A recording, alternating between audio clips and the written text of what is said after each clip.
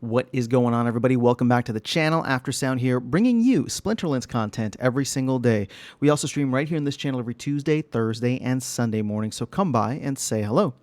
All right, guys, I wanted to talk about the upcoming Land 1.5. Obviously, there's a lot of hype for Land, and I'm not trying to kill the vibe, but I do want to temper expectations because I don't know if SPS on its own is going to be enough to drive everybody to just go, balls to the wall for Land. And what I mean by that is, as of now, we know that, grain you can't sell, so there's no immediate benefit unless you're just doing it to feed your other plots. And for the magic tokens, the magical plots, which give research tokens, actually any plot can give research tokens, but magical, you get the boost. We haven't heard anything that would incentivize people to go there. But even still, I wanted to take a look at all of the occupied plots, because with occupied plots, you get a 100% bonus, a 2x bonus on the amount of production you put in. So if all of the occupied plots are splitting are essentially splitting the reward pool for SPS, it's actually not that high.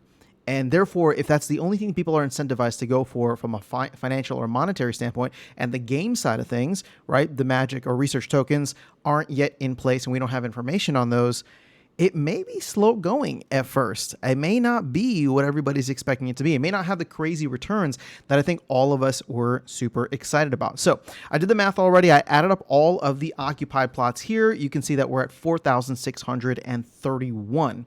So let's assume out of the 127,000 plots that are available, that we are just looking at the occupied plots. We know each of these is definitely going to be going for, they have every incentive. Whoever owns occupied plots has every incentive to go for SPS. So if you were to take all of the SPS, and I know I'm simplifying it a lot of different ways here, but let's just say you take all of the SPS and you only gave it on an equivalent basis to each of the occupied plots, right? I know rares and epics and legendaries get a boost. I know that some people will have Rooney or titles or totems that they'll be able to put on, but I'm just saying on the most basic level, on average, between all of the land plots, what would the payout be? Well, let's take a quick look, right? 4631. We know that land is 6.25 million, which is actually lower than this now because we've been getting about 6 months of that, or 7 months of that since December of last year.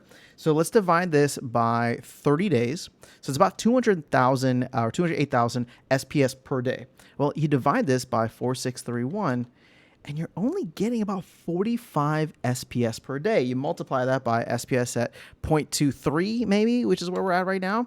It's about $1. So on the best plots for SPS, if all of them were to go for it, you'd be getting about $1 on average per occupied plot. Now, granted, I'm not saying that people shouldn't go for SPS. And the thing is, if you have a legendary occupied plot with a legendary totem and a Rooney, you're going to be getting a much bigger piece of that pie, right? But the baseline is still 45 SPS per plot on average. Now, here's the thing. To make it a little bit even, to make it a little worse, that's only with 4,600 plots. Imagine if people who don't have occupied plots, and we're talking about the 100,000 other regular natural plots out there, start to dip into that pool too. Just little by little, everybody's throwing in their production to chip away from that amount. It's not going to be that much SPS. So if it's going to be, on average, about 45 SPS, and SPS is only about 2 cents, the returns, they're not like outstanding. They're not jaw-dropping, in my opinion, in my personal opinion. But that is on the assumption that there is no movement on the flywheel. That is on the assumption that we don't burn enough DEC in order to get to a place where SPS becomes scarcer and people need to buy SPS and the value goes up. Because keep in mind, you take that same 45, right, 45 SPS, and you multiply it by, 45 times. Let's just say all of a sudden we shoot up to 20 cents. Again, this is, I'm doing something outlandish here, right? But we go to 20 cents, right? And all of a sudden, on average, each of the occupied land plots is getting $9. So again, is it going to be, what are the returns going to be like? I don't know, but we need SPS to moon, right? We need the scarcity to be felt both for DEC and for SPS, and, preferably in that order. Actually, it doesn't really matter. But, ultimately, I think people are just going to be excited about land. I think people will want to get involved. And the other major factor in this, which I've talked about in several other videos, but I'll just mention here to show, is the fact that we need to know what the research tokens and what magical land are going to give. Because if people are incentivized, they're going to go and try and get as much of that SPS pool as possible in the beginning, and those returns may not be as high as I think a lot of us were expecting. Now, here's the thing: if you're cool with, like, getting 50, 45 SPS per day, and you're going to be one of the top ones, that's totally fine. I'm not trying to discourage anybody. I mean, obviously, I'm going to be going in, and I have 2 natural plots I'm going to be doing my best to dip into that SPS pool with whatever production I have. So it's not like people are not going to be chasing this, but I just want to level set the expectations for what there will be, considering the value of SPS right now at about, less than 2.5 cents.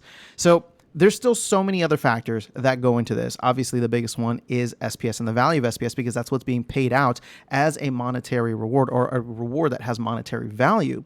And if that is the only thing that's going to have value in the 1.5 launch, a lot of people are going to be trying to chase after that. So if the flywheel can kick off, and I do have I do have hope that we can get there, right? I do have hope that with the amount of utilization we're going to see with land, even if it's small, like 30-ish% is kind of the target that I'm hoping for, that combined with the Rift Watcher burn, eating up some DEC for the DAO, I'm hopeful that we do see a movement in SPS that makes it higher and better. But in order for us to really, really take off with land, I think it's got to be something where SPS is super high, and 20 cents is almost like a 10x from where we are right now. So to imagine that we go 10x and people are still only making $9 on average per occupied plot. Again, $9 isn't a small amount of money by any means, right? It's $9 per day. But again, it's just the thought of how much are these rewards going to be based on the price of SPS, and given all of the things that we need to happen in order to move that up. So, I remain bullish. Again, well, actually, let me rephrase that. I'm obviously bullish on land. I think that it's going to be great for the economy overall. I have very tempered expectations, but I am very excited. No matter what, I am very excited for land and to be engaging and working and farming my land for all this cool stuff and whatever the team has coming down the pipeline. But with the 1.5 launch, I'm just trying to temper expectations out there. Now, if you think I'm wrong, if you think the numbers don't make sense, or that they're way too low, and that I'm not looking at this the right way, please do let me know. I would love to get any kind of hopium that I can, because, like I said, I'm just sharing the numbers with you. So that is all I have for you guys in this video. Let me know your thoughts in the comments below. I'll catch you all in the next one and see you around the game. Take care.